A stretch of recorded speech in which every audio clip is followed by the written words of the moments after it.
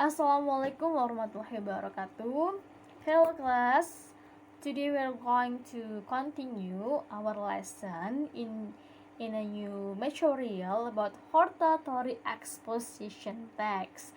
Nah, jadi hari ini kita akan melanjutkan materi kita yang baru di pelajaran sastra Inggris. Kali ini kita akan bahas tentang hortatory exposition text. So now let's us see the material.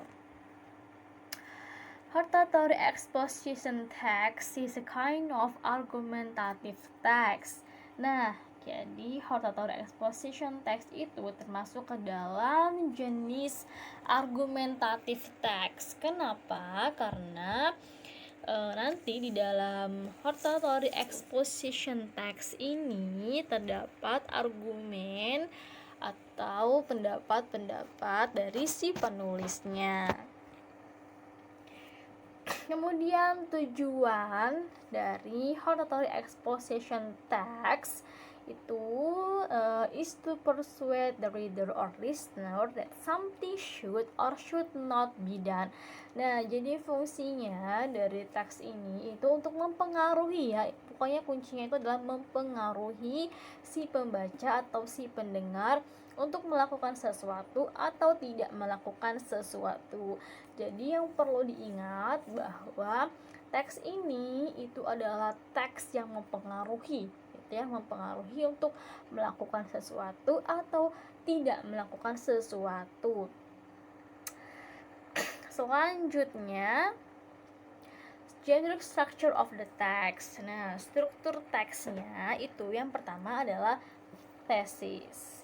Thesis is the writer's point of view about the topic. Nah, jadi tesis ini adalah gambar secara umum tentang hal yang akan dibahas atau topiknya, seperti itu ya. Next, ini adalah struktur yang kedua, yaitu argumen. Nah, jadi setelah ada tesis, kemudian selanjutnya itu adalah arguments ya. Arguments is series of arguments or opinion to strengthen the writer's point of view stated before. Nah, jadi argumen ini adalah argumen-argumen atau pendapatnya si penulis untuk memperkuat si topiknya yang sudah dinyatakan sebelumnya.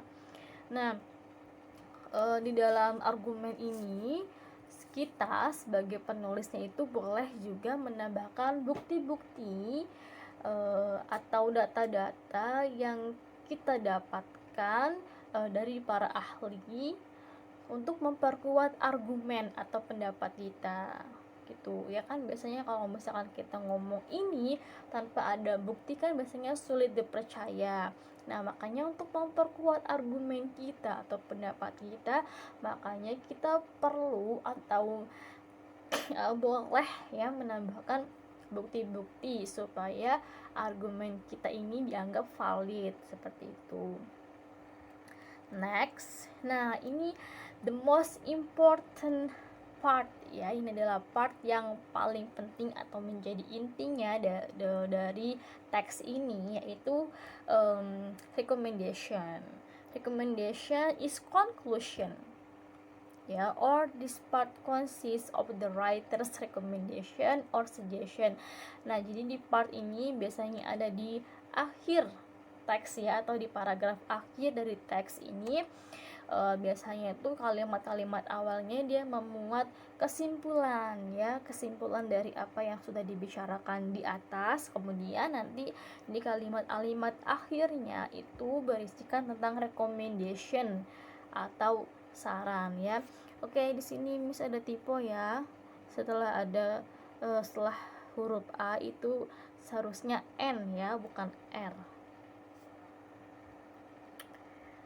Next, language features atau unsur kebahasaan yang dipakai di dalam teks ini. Yang pertama, hortatory exposition text usually use words that link arguments. Nah, jadi biasanya dia tuh menggunakan kata yang menghubungkan argumen-argumen. Contohnya bisa menggunakan connector ya, atau kata hubung firstly. Firstly ini artinya pertama-tama atau pertama kali, kemudian ada however yang artinya namun, kemudian ada on the other hand, kemudian ada therefore, dan yang lain-lainnya ya, kata hubung yang lain-lainnya. Ini hanya sampelnya saja. Next, this text usually use present tense. Nah, biasanya teks ini juga menggunakan tensesnya itu present ya, atau yang banyak menggunakan verb satunya gitu. Next, this text usually use model adverbs such as should, ought to, and etc. Nah, tadi kan sudah katakan ya, kalau misalkan teks ini tuh fungsinya untuk persuade atau untuk mempengaruhi si pembaca, makanya dia banyak menggunakan model adverbs, yaitu should, ought to, dan etc. Should di sini artinya seharusnya, ought to juga artinya seharusnya. Pokoknya pokoknya itu ada kata-kata should, ought to, atau juga bisa menggunakan kalimat it is better bla bla bla. Itu juga menunjukkan recommendation atau saran ya. Nanti akan kita bahas di selanjutnya ya, di slide selanjutnya. Kemudian this text usually use subjective pronouns. Jadi kata ganti yang digunakan itu lebih subjektif gitu, lebih perorangan. Biasanya yang digunakan adalah I dan we. And then this text using expression of giving arguments and opinion. Nah, tadi kan sudah Miss bilang ya, kalau misalkan teks ini itu termasuk argumentative text. Jadi oleh karena itu di dalam teksnya itu banyak menggunakan ekspresi-ekspresi yang menunjukkan pendapat ya.